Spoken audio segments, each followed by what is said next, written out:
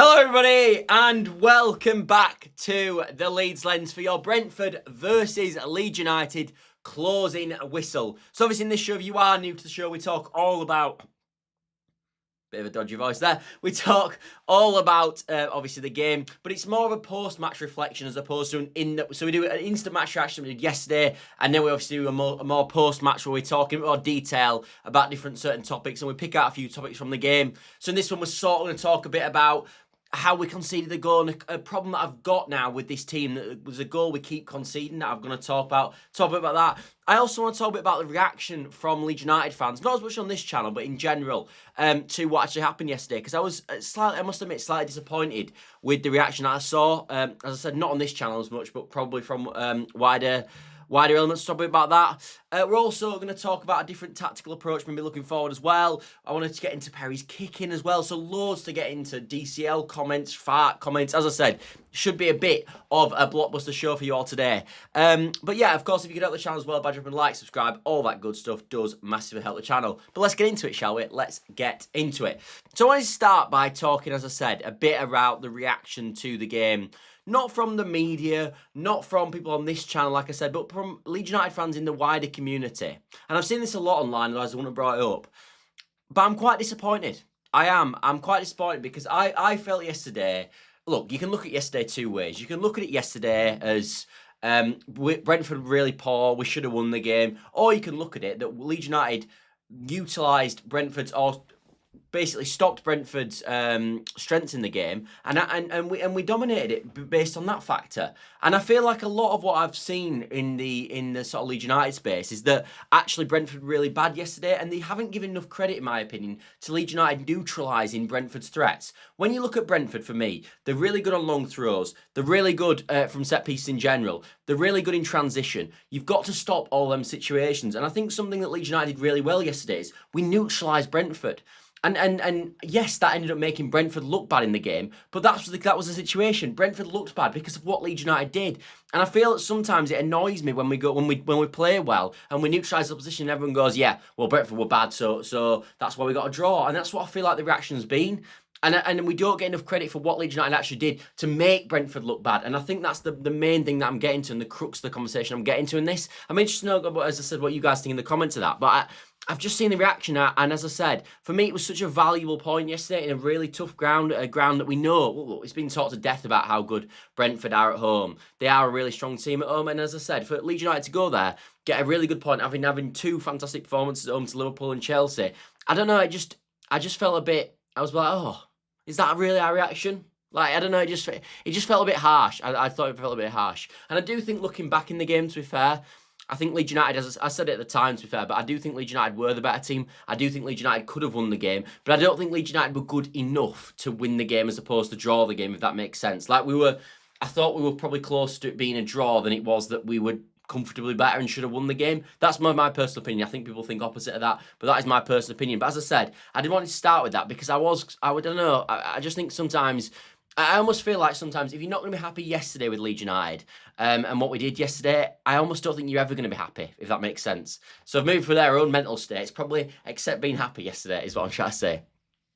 Anyway, what I want to talk a bit about with this as well, though, is that, and there is a few negatives, and this is what obviously this show's about. We don't do it as much in the instant match reaction, but obviously in this show we do talk about it. And one thing that's really bugging me at this moment in time, and it's becoming a huge problem in my personal opinion, is Perry's goalkeeping and his kicking. I've talked about Perry on this channel a few times now, and we've sort of, for the lack of a better word, slagged him off for a number of things that I think he's struggled with so far this season, and some things not been good enough. I think the most annoying thing with Perry is obviously when he makes an actual goalkeeping error. When I'm talking, if for me he doesn't save a shot that he should save, like the Villa free kick where Morgan Rogers puts it over the wall very close to him and he doesn't dive. Stuff like that's really frustrating. But I don't think as much we focus on the impact of Perry's kicking, and I do actually think it's becoming a huge problem for this Leeds United team at this moment in time. He just completely neutralises in build up, no matter what. Because even when he kicks it long, obviously when we talk about going the long ball strategy, which is obviously what we've done on this channel a lot, and what Leeds United have tried to implement this long ball strategy,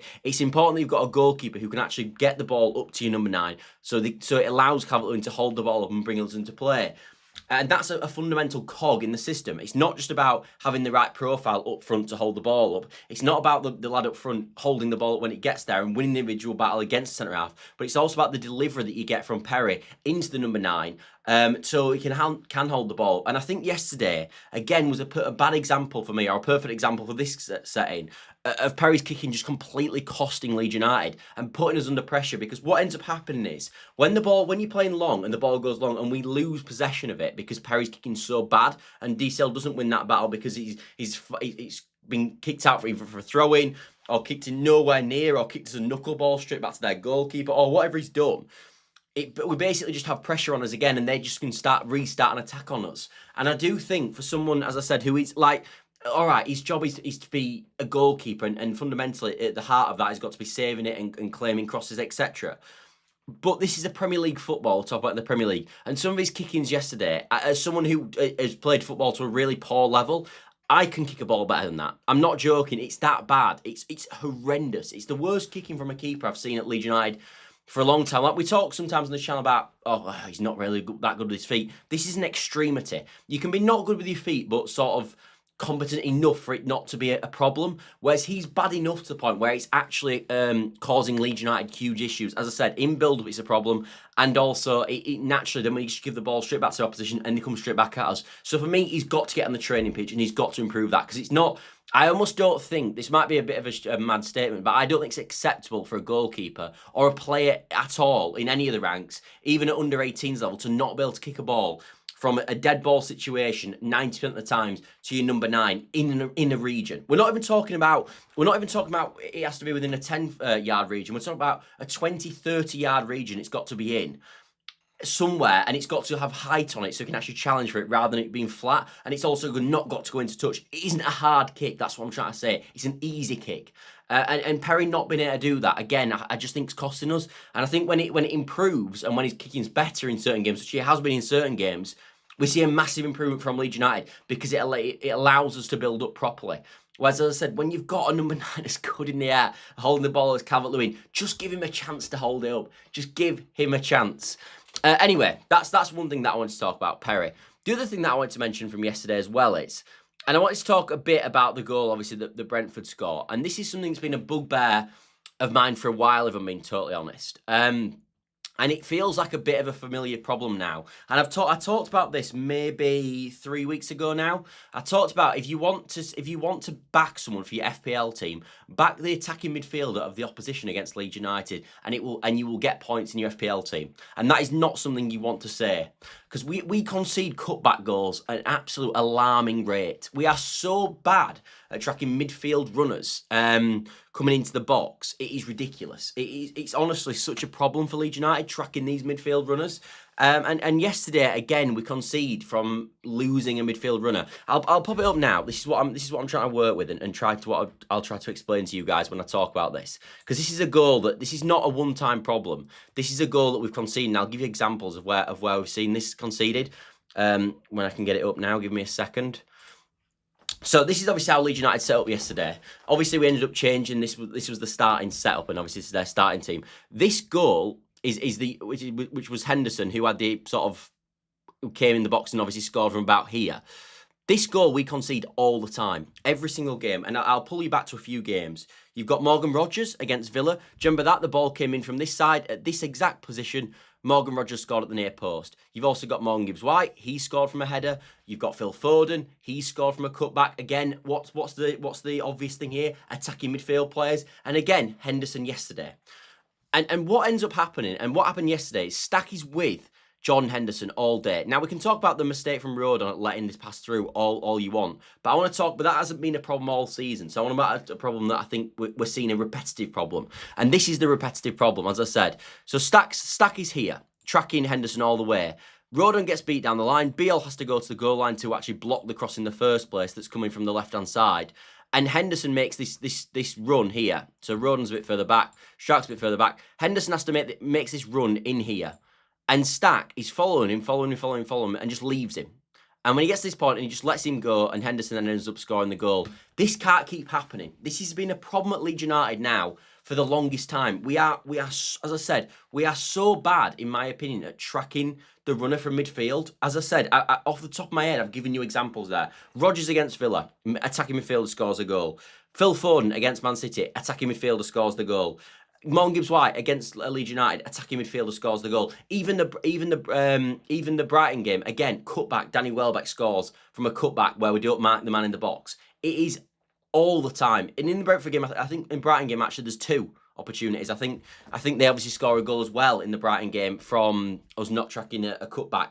And I thought this would be fixed, and it has been fixed a lot of the time because we used to concede a goal all the time, like we did against Villa, if you remember, where we used to play with 2 at the back, so say, I don't know, say Stack and Rodon, for example, and we used to concede in this space. That used to be our problem. Now we're playing a back 3. Let's get this back to where it was. Now we're playing a back 3 that's covered by that centre back, so that's not been as huge an issue. The issue now is that when eventually we do get beat, which at times is going to happen, we just don't track midfield runners at all, and that has to improve. It just has to improve because it's, as I said, it's just when you concede the same goal over and over again. It's got to be better than that. And I think people will blame, when you see a repetitive goal, you always think manager.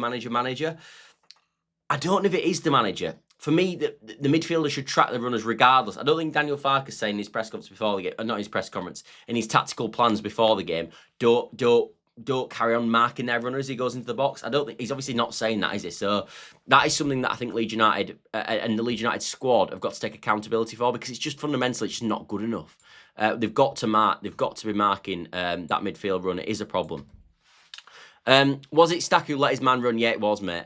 That's a systematic issue, isn't it? See, this is what I'm not sure it is, Richard. I'm not sure it is because, as I said, it is Daniel Farke fundamentally. Obviously, he's not, but is Daniel Farke saying, Stack, lose your man and let him get the ball across and leave Henderson? He's obviously not saying that. But we've got as our midfield 3, and every single one of them is to blame for this at some point in the season.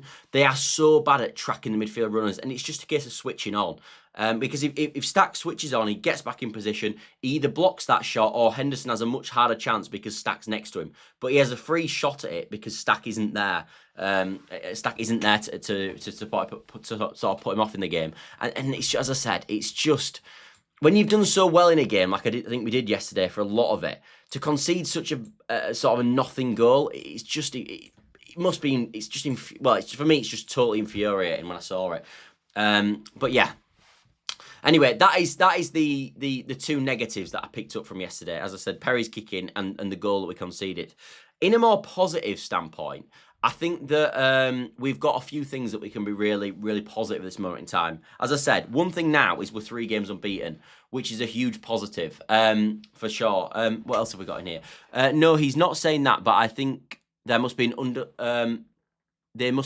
instructions in situations to an extent, mate, but do you know what I mean? It's tricky in terms of, I don't know what. Obviously, they've got a tactical plan in terms of how to deal with cutbacks, and I think Daniel Farke has talked about a plan for cutbacks before when it's been mentioned on in his press conference, I think, to him about cutbacks. But as I said, it's very tricky when a player just loses a runner for me to fully blame a structural issue. I don't know. As I said, it's not like Jesse Marsh, for example. We always used to concede at the back post, and Jesse Marsh basically came out, if people remember, and said that he didn't know that back post was a problem, and he didn't know to mark the back post, and he didn't have someone there because he didn't expect that to be a problem. And that's obviously a structural issue. Whereas this is, I don't think this is slightly different personally. Arthur says, just got my Leeds away shirts for Christmas. Mate, you've opened your gift too early. The Christmases are still for another 10 days, pal. No, I'm joking. Enjoy it. I think I might probably be getting some Leeds memorabilia as well, or Leeds shirts for Christmas. I actually did get something Leeds United today that's going to go on the wall at some point as well. Probably after Christmas now, because, you know, I'll leave my gifts until Christmas Day. But there is some new memorabilia, I think, potentially going on the wall. I think it's something Billy Bremner, but I can't remember. I've been shown it before. Anyway, one of the positives I do want to talk about, he doesn't lose him, he lets him go. I think he loses him, mate, personally. I think Stack has to follow that runner. And as I said, I think when they do the tactical meeting after the game and look at how they concede that goal and what they can do better, for me that has got to be something that's looked at and say, look, we've got to watch the midfield runners, because I'm sick to death of conceding from their attacking midfielder. As I said, if I'm saying it 3 weeks ago, back their attacking midfielders to score against us because they always score, and we're still conceding. I know Henderson isn't attacking midfielder by trade, but if you listen to Keith Andrews after the game, he said he gave him license to go forward in the game more than he usually does. So he was effectively one of their attacking players from midfield. If I'm saying it, and I'm just a fan who watches an idiot with a YouTube channel, what on earth is our sort of technical team or tactical team looking at to allow this to keep happening? It's baffling. It really is. Anyway, one of the positives I wanted to talk about, and I wanted to talk about this in quite a bit of detail actually, is the Calvert-Lewin situation, because I think a few weeks ago before Man City, I was very, very concerned about the Calvert-Lewin signing. He hadn't, for me, settled in properly. I think at the start he was obviously offering a lot in terms of winning his duels and bringing his play, and I thought actually that had started to dip off. But I must admit, over the last 4 weeks, the fact that these goals have come back, and I think we're seeing a much more charismatic sort of Dominic Calvert-Lewin. I think he's expressed himself so much more on the pitch at this moment in time, and you can almost see the confidence breathing through him. And when you look at a sort of team and reasons that teams get relegated traditionally, one of the main ways that teams get relegated is that they don't have a striker that scores goals. Scoring goals when you're at the bottom of the league is a constant problem. I remember listening to something about 10 years ago. And it was about, I think QPR at that point were in a relegation battle. And I remember a pundit saying at that point, the striker that scores the most goals, that team will probably stay up. And I do feel with Calvert-Lewin at this moment in time, a huge benefit Leeds United is the fact that we've got a striker that's scoring goals. Honestly, I can't stress the importance of that for a team that's fighting for survival, which is obviously what we're trying to do. It's massively important. And now he's got 4 in 4. I think it's really setting us up for good stead going forward. I think it really is. It was almost one of our statement signings in the summer. I know it didn't cost any money, but in terms of what we're expecting from Calvert-Lewin and sort of the money he's on at the football club and everything that comes with it and encompasses it, I think it's important that he obviously has started to mould. Obviously, Jamie Carragher said yesterday that I think Everton will be probably going, what were we doing letting him go? And this is all positive for us. It really is. And I think you can starting to see the Calvert-Lewin that we saw at Everton, which is obviously the gamble that we took on Calvert-Lewin, hoping he could get back to them levels. And I think we're seeing that at this moment in time. And yeah, I'm desperately pleased with is a weird way of saying it. I'm really pleased with what's happening with Calvert-Lewin. And actually, even like I'm looking at it in terms of a sort of financial level. And obviously Leeds United have had problems with the FFP, PSR, all this sort of stuff is a huge issue. And I don't want to go into, look, he's a great player for us and he's playing really well and we don't want to sell him. But even as an asset in terms of PSR, the fact that we've bought him for nothing. And now he's obviously on this contract at Leeds, and even if we say get relegated and we had to sell him in the summer, the fact that we bought him for nothing, we might be able to bank like 30-40 million quid on him. Maybe not that much, but maybe he might be getting over 20 million quid, but we'd be straight on the books because we bought him for free. And I'm looking at going, God, we could look back at this. Look, he might be injured for the rest of the season now, and this might look stupid, but we could look back on that and think in terms of a financial standpoint as well, that could be a really smart bit of investment. It really could. And I said, and the proof is that the fact that we actually bought him for nothing, and he's doing the business right now for us as well. Because I talked about this really early on with Calvert-Lewin, and I said that look, obviously he's on big wages, but even if he was on 100 grand a week, which he isn't, that would be 5.2 million over the season. Obviously 52 weeks, 100 grand a week, 5.2 million. In terms of how much you'd have to pay for a player and then wages on top, it was a bargain. Like, even if you buy striker 15 million quid, even if he's on 50 grand a week, so half the wages, that's still what, 2.6 million, add 15 million, which is what, 17.6 million quid. That is 17.6 million quid compared to the 5.2 million quid invested in Calvert-Lewin. That's been a really good deal. It's looking seriously good at this moment in time. So yeah, I'm as I said, really happy with him. And one thing I want to say as well with Calvert-Lewin, because I think he got quite a bit of grief at the start of his Leeds United tenure. and I obviously got compared to the likes of Patrick Bamford and stuff. And at the time, I never liked that comparison. One, because I feel like Bamford's done quite a lot for Leeds, and putting him down as he's as crap as Bamford, I never liked in the first place. But also, he's just miles better than Bamford. He's just a much better striker than Bamford. He's much more aggressive than Bamford. He's miles better in the air than Bamford. I think he's a better finisher than Bamford. I think he's just a better player than Bamford, in my personal opinion. And I never thought that comparison was fair for any reason. And he's proving everybody wrong at this moment in time. But I still see, again, people just not liking him. But it seems bizarre. And then talking about what Calvert-Lewin said, because obviously he did an interview with Sky Sports after the game. He said that obviously the Man City half was a turning point for Leeds.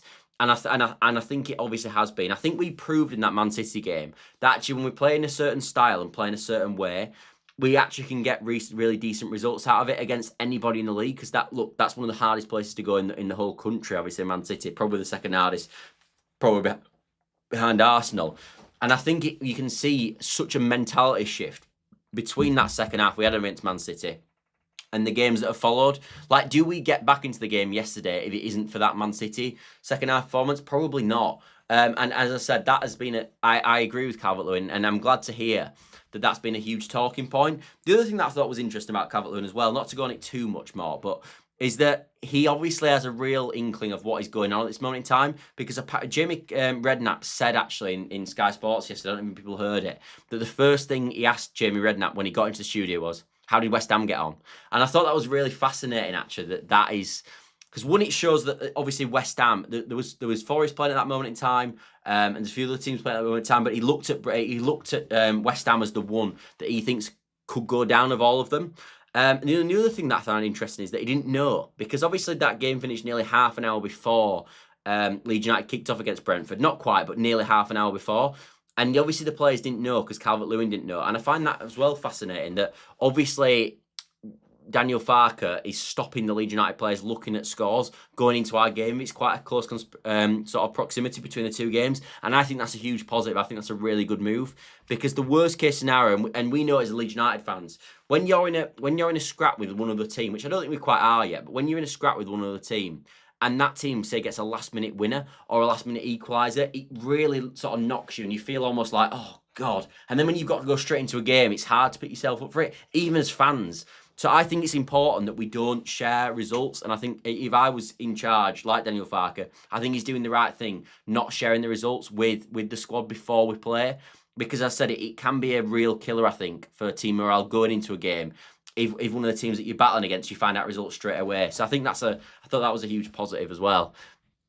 Getting some great value out of DCL at the moment. Can see the confidence when he plays. Yeah, I completely agree, Jack. I completely agree. I think it's a huge positive. BMG says, I think you said DCL and Nemecha are our best front two. I'd agree, but I think it might be more sensible to start with one and bring the other one on in order to prevent injury, or should we go both? This is a really interesting conversation, BMG. And I think one thing I do want to mention about this, obviously there's two conversations with this. Number one, how should we perform this, like you said? And number two is, this is where we've got to go into the January market. We've got to go in the January market, in my opinion, and go and get another physical number 9. We have to do it. We've got two players that are doing well at this moment in time, both injury prone. I know DCL hasn't really an injury yet, but they are both injury prone. Has he had one injury or missed one game? But for the most part, they are injury prone, and they have been for years now. Nemecha is obviously missing. We've got to go get another number 9 who can emulate the profile of them two. We have to. It's so vital. That is almost number one position for me at this moment in time. Get another number 9, especially when we're playing in a two strike formation. As to what I do at the moment, I think you can't get away from points, mate. And I think when you can get points, you've just got to risk it. I think if Nemecha and DCL are fit, they're our best two players. So I know what you're saying in terms of you don't want players getting injured. And the worst case scenario right now would be that Calvert-Lewin and Nemecha both get injured. Because obviously in recent weeks we've been dealing with Nemecha injured, and that's caused a problem for the team. If DCL and Nemecha get injured, we are in a serious, serious problem. So that cannot happen. So I do get your rationale, but for me, you've got to start your best team. So I would be starting Nemecha and DCL if they're both fit up front. And I know that's risky, but that's what I would do. BMG says, should we play DCL and Nemecha from the start when they are both fit and take a greater risk that one of them gets injured? Yeah, I think I've answered that. Speaking of conceding late goals, and how it can demoralise a team. Hopefully West Ham suffered that feeling. Yeah, no, I've been interested actually with a lot of West Ham content, because for me, I have felt that they're the most likely candidates to get relegated if it's not going to be us. I do think that. I think they're the, as I said, the most likely to go down. As I said, I don't want to ruin this conversation too much, because obviously tomorrow, back at 8 p.m. tomorrow, back at the usual time, thank God. I much prefer 8 p.m. to 7 p.m. But we'll talk about this in more detail, and we'll obviously talk about how the relegation battle's looking up. But I do think that West Ham are the most likely to go down, in my opinion, if it's not going to be us. So yeah, and I think West Ham, as you said, I think they're struggling a bit, and also I was sort of getting under the illusion that they were starting to pick up points, and they are starting to pick up points. West Ham though have won 3 games in 16 this year. We've only won 4 to be fair, but they've won 3 in 16. And actually, I was reading today as well that Nuno has got a worse points per game than Graham Potter had at West Ham and Lopetegui, who were obviously both sacked. So everyone talks about, oh, Nuno's made this massive imprint at West Ham, and he's changed the game at West Ham. Well, has he? Because he's got a worse points per game than Potter and Lopetegui. So I think that's quite an interesting thing to mention. Anyway, as I said, we'll talk more about the relegation battle in tomorrow's show. So if you want that sort of stuff, as I said, we'll go into it in more detail. Because also, I think there's another team now that have joined the relegation battle from this weekend. Again, won't spoil it. We'll talk about it tomorrow. Jack also said, Okafor would offer a different dynamic, getting in behind. We lose physicality though. Yeah, and I think for what Okafor can do up front in that system, I think he had a good game yesterday. I think for what Okafor can offer, he offered it yesterday, if that makes sense. I thought he offered a lot going in behind. I thought that was a good positive for Leeds United, what he offered going in behind.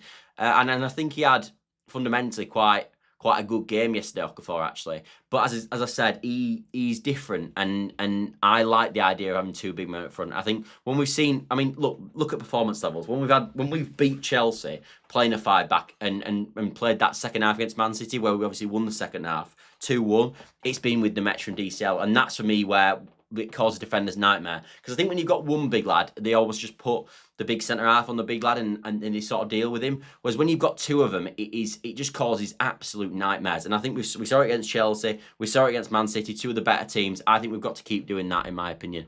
BMG says, I'd probably agree that we should start our best team if Nemetra and Okafor are out. Who is next choice, Gnonto or Pro? Gnonto for me, mate. Yeah. I look, you know I'm not. I just don't think Pro works. So for me, Gnonto, because realistically, obviously Gnonto's not as physical as Okafor, but Okafor's not winning anything against centre-halves anyway. So actually the come down from not winning anything with Okafor, even though he's better at it, is not that deep to go into Gnonto, because yes, he isn't going to win any headers either. But no, see, neither's Okafor, if that makes sense. So I'd definitely go Gnonto if I had to pick one. Bournemouth on a poor run right now. They are, mate, but they've got too much quality for me. I don't think they'll go down. Easy says, this is Okafor's first season in the Premier League. I think fans should be patient with him because he has talent. I actually completely agree with you, Easy. I completely agree. I don't, as I said, for what I thought Okafor had a good game yesterday for what he can do. For me, he's better on the left-hand side. And I think that will obviously be a conversation going into the Palace game in terms of, do you go back to a 4-3? If Nemetra isn't fit, do you go, Okafor's better on the left-hand side, let's play him on the left, let's put Gnonto on the right, let's put DCL up front, and let's play like that? And is that going to be a better structure for the players we've got available? I think if Nemetra is available for the Palace game, I'd stick them both up front and go back to what we like and what's worked really well. But if he's not fit, I think that makes an interesting conversation for Okafor. And as you said, I completely agree though, Easy. I think we've got to. As I said, it's his first season in the Premier League. He's got talent. I completely agree with you. I think he's offered moments. I think on the ball, he's a player that makes stuff happen, which is what I really like. Like, there was a time yesterday, I think people remember it, where he was on the left-hand side, and he basically beat both their centre-halves and put a ball into the box. And actually, we were quite unlucky that Bogle didn't get it in at the back post. Gallagher just got a little flick on it, which stopped basically a goal. But Okafor basically did it on his own. And I think he's got the extra spark of quality, and he's an interesting dribbler, and I think he excites the crowd. And I think there's a lot in Okafor. But I think I just don't think he fully works in that number 2 position. In the striker position, really, as a sort of off striker. BMG says Strauch had an interesting game. He was very good in terms of handling their strikers, but he gave away a few times and made a couple of near howlers. I rate him though. Yeah, Strauch has been really good in the back 3 so far. I've seen a lot about Strauch saying he actually played quite well yesterday. And obviously you're saying that as well, BMG. I think he made enough mistakes to the point probably didn't have that good of a game, if I'm being totally honest. I thought it was one of our worst performers. And when I've talked about Leeds United being not good on the ball and making a lot of individual mistakes on the ball, which is obviously what's forcing us really to have to play a long ball system, I think he is guilty of that. And I thought he was guilty yesterday. Obviously, the Lewis Potter chance, which is a really good chance actually in the first half, and if that's Kevin Shardy, it might end up in the back of the net, comes from an awful Pascal Strout ball. And stuff like that is so costly. Like if that ends up being a goal and Lewis Potter hits that into the far corner and there's nothing Perry can do, I think we're looking at that at this moment in time and going, Strauch didn't have a good game, but I think it's obviously dependent on what the actual action is that we can't control and if Lewis Potter puts the ball into the back of the net. So as I said, I do rate Pascal Strauch and he's been really good in the back three, and I think he's been really good actually in the back two this season. I think he's had a good season. But I think he made a lot of mistakes on the ball yesterday. I really do. Phil says, I'm not reading the rest of that name because you're going to catch me out. But Phil says, when nobody scored, I thought it would be a draw. But then they were winning. I thought we'd lose. But then we equalised and I thought we might draw. Yeah, no, I'm with you. In truthfully, Phil, when they went 1-0 up, I've got to be honest with you, I thought we were going to lose the game. I did. I didn't think we offered enough in a creative capacity to feel like we were going to get back into the game, if I'm being totally honest. And as I said this on yesterday's match reaction, and I still back it really today. We've got to do something as well in a creative capacity in the January transfer window, because we don't have enough creators in this team, in my personal opinion. I think we've got to get more creators in the team. And I think yesterday we struggled a bit on a creative capacity as well, because Tanaka didn't have a good game. I think a lot of our creative spark comes from Tanaka. And Tanaka had he's probably his worst game this season yesterday. He was actually awful yesterday, if I'm being honest. And when he's not on it, I think we struggle in a creative capacity. And I don't want the goal to overshadow that. Because it was a great point and it was a great goal, but it doesn't mean that the board should now go, we don't need anyone in January, we've just got away at Brentford. We need to go, yes, we scored and that was good, but we do need more creators. And I think as I said, we've still got to go in the market and find creators in this team. We need a physical number 9 and we need more creation in the team.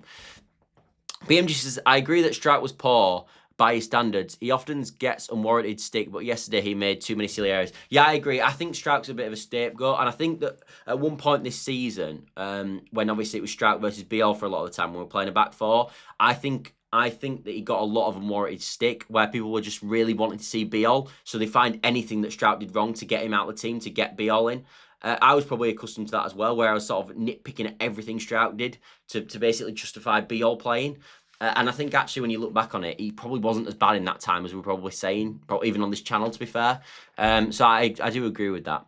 Phil says, when Gnonto crossed, I thought it was too high, and then DCL jumped high. I thought it was too... You're on the wind-up, you, Phil. You are on the wind-up. Easy says, having 2 up front and their 3 midfield is the important thing. A combination of Perraud, DCL, Nemec and no Okafor will work up front. I'm not fully convinced, Easy, I've got to be honest. I think when the 5-3-2 or the 3-5-2 is in full working order, you've got Nemec and DCL up front. They're your 2 number 9s, and that works well. I think as soon as you don't have them 2, we've got an instant drop-off, which is, again, why we've got to in the market in the January window and get someone, because them 2 up front, in my opinion, as I said, work so well, but you do see a drop-off because they're just different profiles. And it's not even no Okafor, it's not Perraud's fault, it's not Gnonto's fault. They're just different sort of number 9. Well, they're not, other than Perraud's probably a number 10 anyway, / number 9 is like a 10 and a half or 9 and a half, however you want to look at it. Except Perraud, none of them are really number 9s, Okafor nor Gnonto, and I think you can see that. I think it's obvious.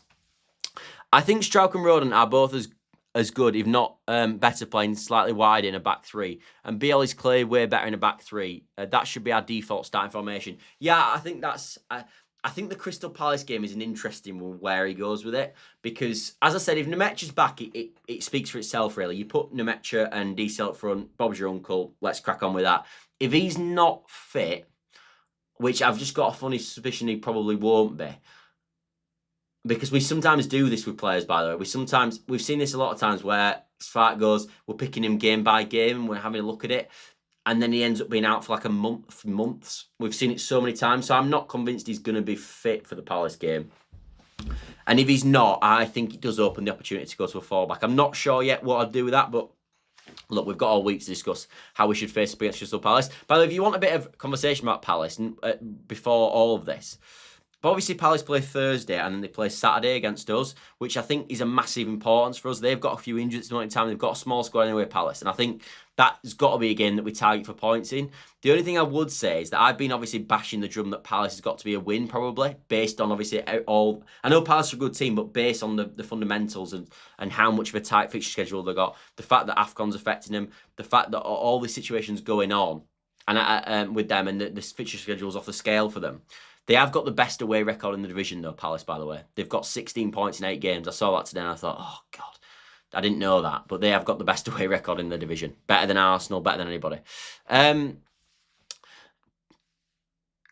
you name the top 3 positions you try and recruit in Jan and some of your specific players you go for and who you'd sell? For me...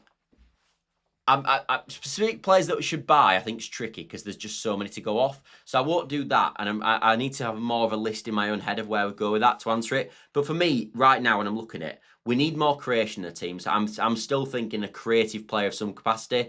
If that's a number 9, if that's a winger of some sorts, if that's a number 10, whatever it is, someone who can create. So a creator in the team, I think, is massively important. But I think we definitely need as well another number 9 who's physical to allow us to play this formation because, as I said, I think we're being hamstrung in this formation by the fact that we don't have 2 physical number 9s up there. So I'd be going for a physical number 9 definitely in Jan. I also think we need a left wing back or a left back quite strongly as well. I liked the idea of Justin the summer in terms of he could cover both sides. The issue, of course, is that they're both injured, then it's irrelevant because he can't. Although he can play left back and right back, he can't play left back and right back in the same game, if that makes sense. Like, he can't play both positions in one game.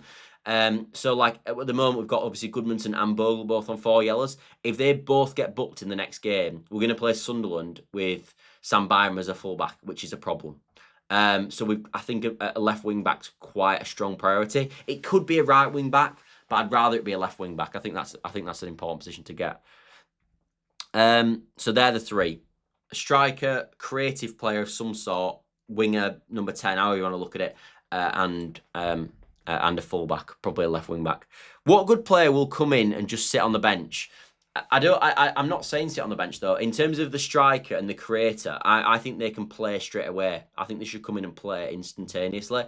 In terms of the wing back, James Justin's done quite well this season, and obviously playing at full back. When he's played, and I think it shows that you can bring players in and they can sit on the bench at times. We've also got a bit of a busier schedule going into the next part of next year, midweek games, etc., when we can rotate for fullbacks. And obviously, at any point, Goodmanson can have a bad game, maybe want to come out of the team, he can get injured, come out of the team. So I slightly disagree with that. I think, look, you say these are the starters, but you fight for your players, do well in training, and you can get in this team, 100%. So I'm not quite as sure on that. If both fullbacks are out, would it be Justin at right wing back and Harrison's left wing back in a 3-5-2? I think that's what I'd do. If they were both out, the Bornau experiment at wing back is ludicrous to me. No chance. He cannot play wing back under any circumstance. For me, it would be Jack Harrison left wing back and sort of James Justin right wing back. But as I said, that isn't really a solution in my opinion. Truthfully. So, yeah, we've got to go get a right wing back. A left wing back, should I say. What else do I want to talk about? Let me have a look through some of my notes. Oh, I want to talk about Gnonto, actually, because I watched Gnonto's interview after the game. It was only about 2 minutes long. But the main talking point I want to get from it is sort of how happy he looked. Genuinely. Gnonto's had it tricky, I think, since Farke's come in. I still don't think, and I'll argue this with anybody, I think Gnonto's struggled under Daniel Farke, and I don't think Daniel Farke has been able to get the best out of Gnonto. I think Daniel Farke, for me, got the best out of Somerville. I think he got the best out of Rutter. A lot of players have worked for Daniel Farke, and obviously moved on and now playing in the Premier League, and Somerville not doing as well, but obviously Rutter doing quite well as well. But I don't think he's managed to do it with Gnonto. I don't think he's sort of picked the code yet. And I think Gnonto's had it rough. But it was so nice to see Gnonto smiling yesterday. Like, he literally couldn't get the smile off his face. And I think Gnonto, when he's been playing his best football for Leeds United, it's been when he's been in a positive sort of environment and feeling positive about his game. So for me, having Gnonto, who I think's a real threatening player for us and probably our second best wing at the club behind Okafor, back, playing well, feeling obviously well, happy, enjoying his football again is a huge positive for Leeds. And to be honest, it's just nice to see because I think we've seen Gnonto almost grow up, haven't we, in sense. Like he came to football club as a young kid from Switzerland and we've seen the build up. And he has got real quality, and if we can get the best out of him, we've got a real player there. So to see him back smiling and happy, I'm really pleased. That Gnonto cross was very similar to the one sent in for Pearl last season. Forgot which game. You are talking about Sunderland away, BMG. That's the game you're talking about, I believe. What else do I want to say? Let's have a look. I think we might be there. Oh, I know. One more thing before we go. Daniel Farke. I was genuinely really interested to listen to Daniel Farke's sort of conversation yesterday after the game, his post-match chat. And one thing that I thought was really interesting, actually, something that he basically said, look, it's a valuable point and all the stuff you'd expect.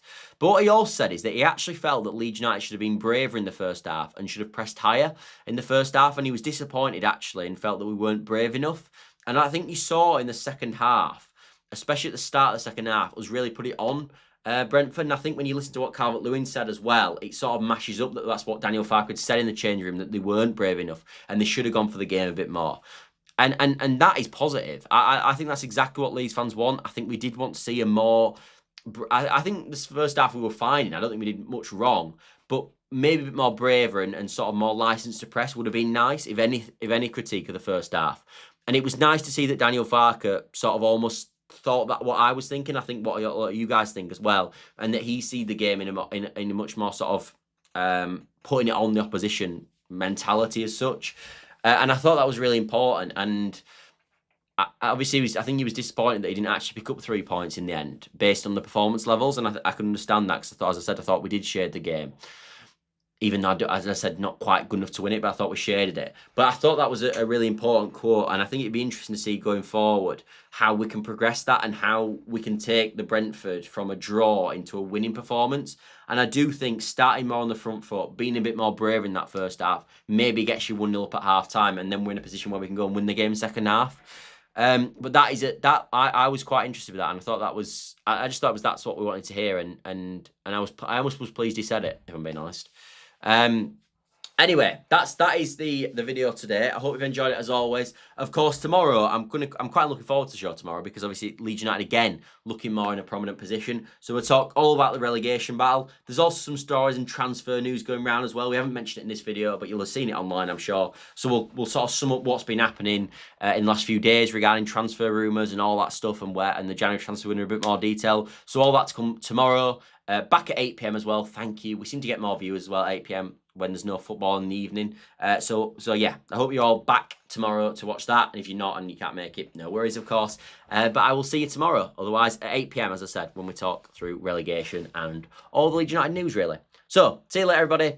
And if you could drop a like, subscribe, all that good stuff does massively help the channel. And I hope you've enjoyed the video as always. Thanks for watching, and see you later. Bye for now.